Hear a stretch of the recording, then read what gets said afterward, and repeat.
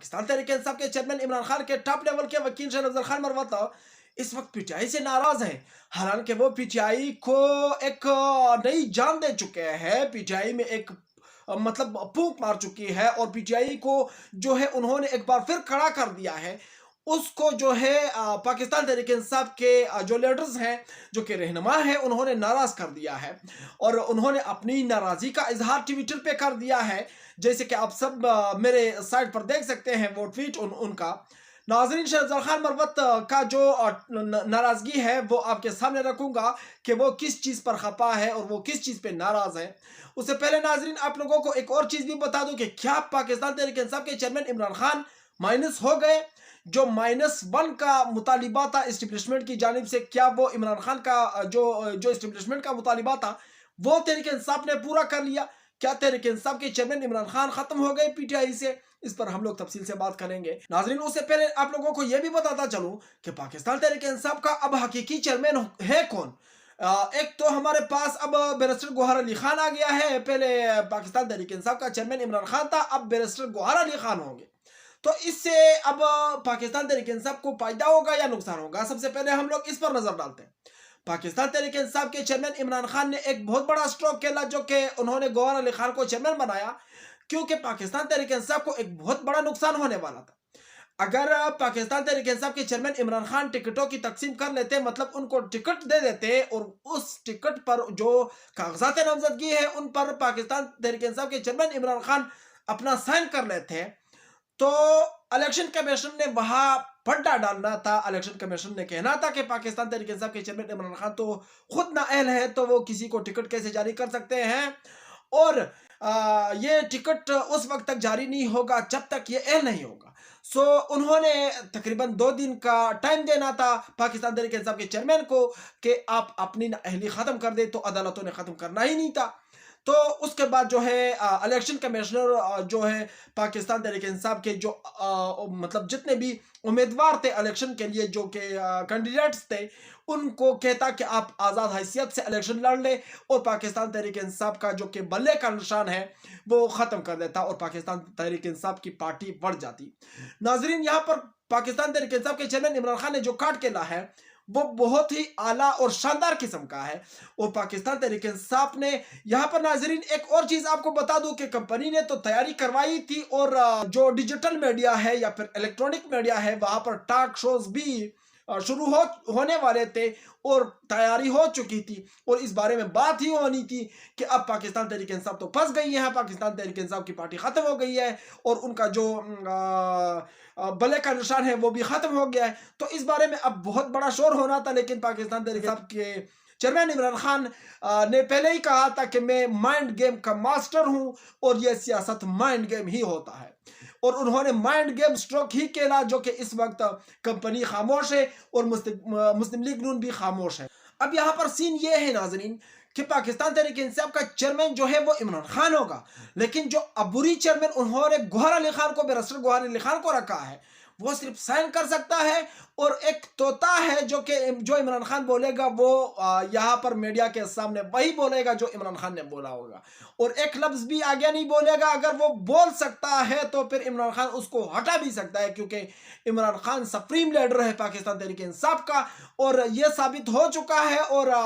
ये गौहर अली खान ने भी कल प्रेस कॉन्फ्रेंस करते हुए जब वो आबदीदा हो गए थे तो उन्होंने कहा कि ये इमरान खान ने मुझ पर कितना बड़ा भरोसा किया है, जो मुझे ये ओहदा दिया है, अपनी जगह पर रखा है, और इमरान खान ने मुझे बहुत बड़ा इज्जत दिया है। और उन्होंने ये भी कहा कि पाकिस्तान तहरीक इंसाफ इमरान खान के अलावा कुछ भी नहीं है, क्योंकि पाकिस्तान तहरीक इंसाफ में जितने भी बड़े रहनुमा थे वो तो इस्तेकाम पाकिस्तान पार्टी में चले गए, और वहाँ पर उनके पास एक वर्कर जाने को तैयार नहीं है। और उसके बाद उन्होंने कहा कि एक जो तहरीक इंसाफ पार्लियामेंटेरियन पार्टी जो परवेज खटक ने बनाई है, वहां पर भी जो पाकिस्तान तहरीक इंसाफ के सीनियर लीडरशिप थी वो भी वहां चली गई। अब उनके पास भी एक बंदा जाने को तैयार नहीं होता है, एक वर्कर जाने को तैयार नहीं है उनकी पार्टी में। तो फिर अगर हम लोग कप्तान को माइनस करेंगे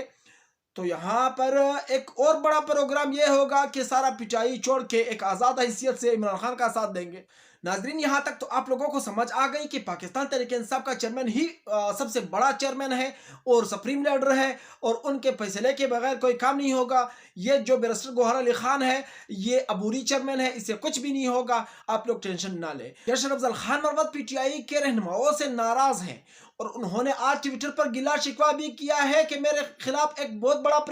प्रोपेगंडा बनाया जाता है और मेरे खिलाफ प्रोपेगंडा किया जाता है, हालांकि मैं पीटीआई के लिए मैंने जान की कुर्बानी दी है और मैं बहुत बड़ी कुर्बानी दे रहा हूं और मैं सुबह से लेकर शाम तक इस चीज़ में मसरूफ हूं कि मैं कैसे पीटीआई को जो है एक बार फिर फाल करूं और कैसे उनको मुनज़्ज़म करूं, एक मुनज़्ज़म तरीके से पीटीआई को बर्बादी से बचाऊं और पीटीआई को की इत्तेहाद पैदा करूं पीटीआई के दरमियान। ये उन्होंने कहा कि मैं बहुत ज़्यादा कोशिश करता हूं और अकेला लड़ता हूं, अदालतों में भी और अवाम में भी, हर जगह पर मैं ये करता हूं। अब जो अवाम की तरफ से मुझे कुछ इज्जत मिला है तो पाकिस्तान तहरीक इंसाफ के कुछ रहनुमा उनको बर्दाश्त नहीं कर सकते हैं।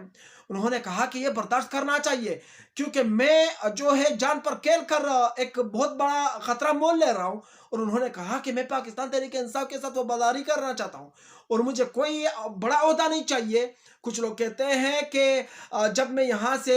कोई बयान देता हूँ तो पीटीआई ऑफिशियल की जानिब से इसकी तरदीद की जाती है। तकरीबन कुछ दिन पहले यासर अफजल खान मरवत जब अदालत से बाहर निकले, जब उन्होंने इमरान खान से मुलाकात की, मुलाकात तो करने के बाद जब वो बाहर निकले तो उन्होंने मीडिया से बात की कि इमरान खान जो है इलेक्शन से दस्तबरदार हो गए हैं और उसके बाद वो चेयरमैनशिप से दस्तबरदार हो गए हैं और वो अब पीटीआई के चेयरमैनशिप जो कि इंट्रा पार्टी इलेक्शन है उसमें पाकिस्तान तहरीक इंसाफ के चेयरमैन इमरान खान हिस्सा नहीं लेंगे, तो अब एक नया चेयरमैन मुंतखब होगा और उन्होंने कहा कि वो इमरान खान सेलेक्ट करेंगे कि कौन होगा। नाज़रीन, आप लोगों को एक और चीज़ बता दूं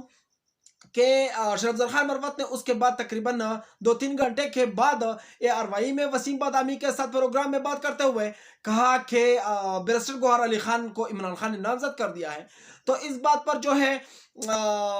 पीटीआई ऑफिशियल पता नहीं कौन चला रहे हैं और ये इसका कंट्रोल किसके हाथ में है। पहले से ही जो शुएब शाहीन और ये यासर अफजल खान मरवत के बीच इख्तिलाफात भी है।